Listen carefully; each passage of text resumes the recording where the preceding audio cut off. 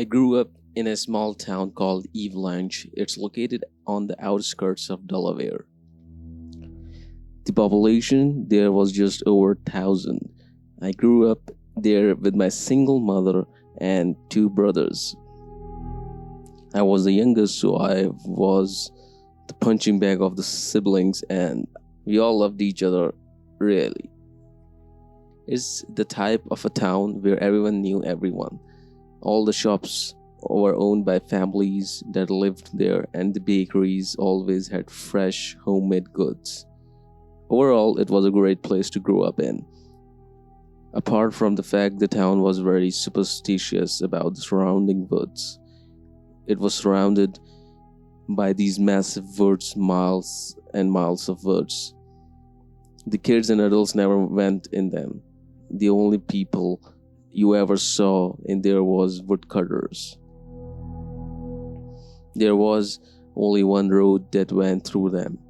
It was always referred to as the lumberjack highway, as all the woodcutters would use it to transport all cuttings from the forest back to the town. They were the only people to really use it, as not many people came to visit Evelanch. Growing up, all the kids were told never to go playing in them. All the adults of the town had these made up horror stories and giant bears and packs of hungry wolves to scare the kids into staying away from them. And we were warned not to listen to the animal noises we heard at night.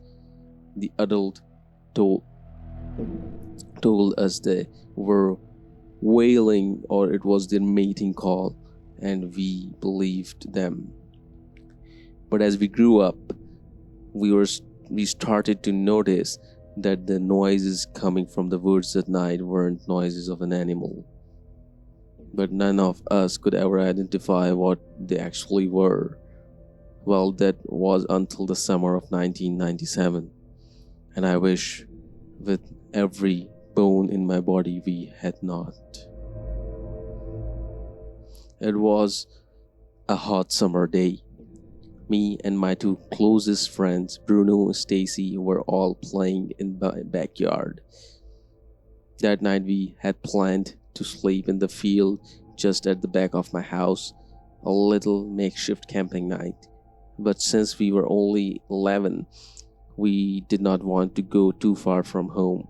The field at the back of my house was a thick barbed wire fence surrounding it. It keeps the field and the woods separate. It was around 7 feet tall, barbed wire at the top, adding around another foot into it. So no one in the town was capable of climbing it. Many have tried and failed, miserably ending up in the grounding or in the hospital. We placed outdoor camping lanterns all around the tent, lighting up the area. Around us, we could see just past the fence.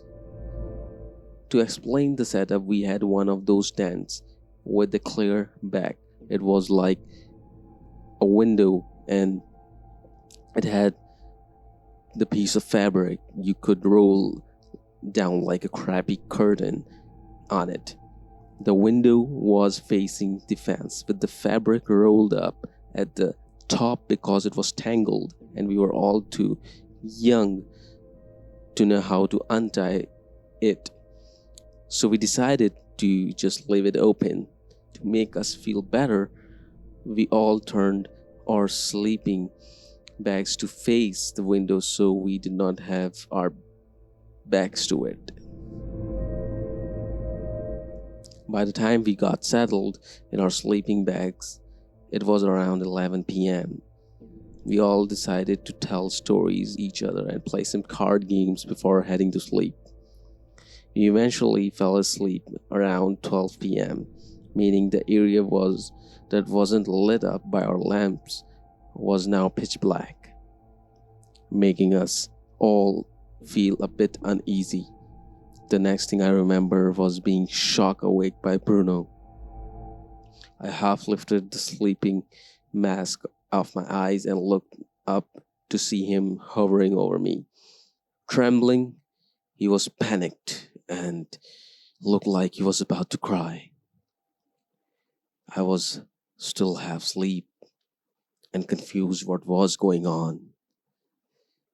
I remember asking him what was the matter. He just raised his shaking hand and pointed into the tree line. I rubbed my eyes, I looked out the tent window, and that's when I saw them. Figures just standing in the tree line staring at us. They were almost as tall as the fence. Must been around 6.5 feet with out of proportion limbs. Their arms were almost as long as their body, and their head was smaller than average human. They had smiles painted on their unmoving face, and there was a gaping holes where their eyes should have been. At their end of their arms there were slim hands that warped into talons where their fingers should have been. They were all swaying, crying, all in sync.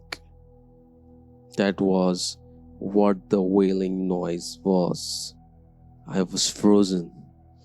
I couldn't move. I tried to scream for my mom. I tried to run, but my body would not let me. After what felt like hours, Stacy woke up and in a sleepy daze followed our gaze and met the same horrific image we were sharing. She let out a shriek, and that jumped started my brain, and I threw my sleeping bag off and tumbled out of the tent. Stacy and Bruno followed behind me. Bruno still shaking and Stacy's crying hysterically. Suddenly we all heard this scream. Sounded like everyone in our town began crying and wailing together.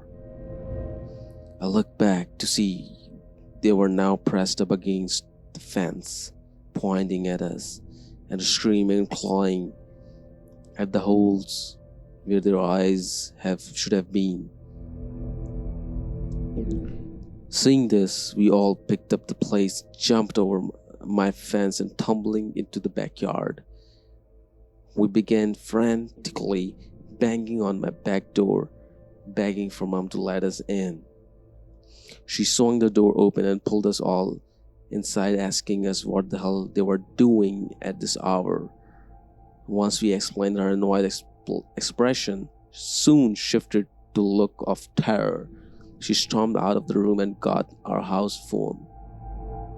She called someone and told them exactly what we have told her. She then hung up and led us all to the basement.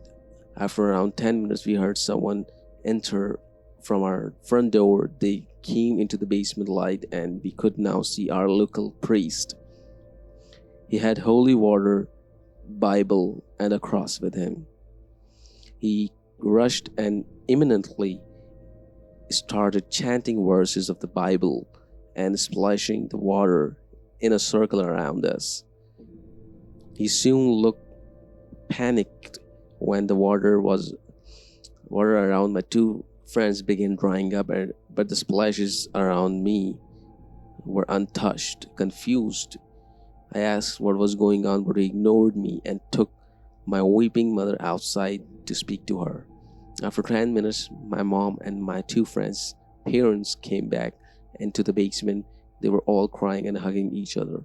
My mom was telling their parents how sorry she was and kept telling them that would be okay and to use what time they had left to enjoy it. We were still terrified and confused. That's the last thing I remember. A week later, Stacy and Bruno went missing, both on the same day. An hour apart, they were found a day later, hanging from a tree with their eyes cut out and limbs shred and stretched and scratched to the point where the skin was hanging off the bones. The police did not investigate nor question everyone. The town knew why they were all like this. For years, I asked myself why I wasn't taken too. I was there. I had seen the same thing they had. It wasn't until my mother was on her deathbed that she told me the sleeping mask I wore that night stopped them from seeing the full face. If it weren't for the sleeping mask, I would have been hanging from a tree, just like them. I moved out of the town shortly after my brother decided to stay. I now have a wife and a son and have tried to move on, but I recently got a letter telling me that my brother's son had met the same fate as two childhood be friends. That's why I'm writing this. Don't listen to the wailing from the trees. Don't go exploring the woods at night. And do not let them see your face. The things that hide in the woods are hiding for a reason. May God be with you all.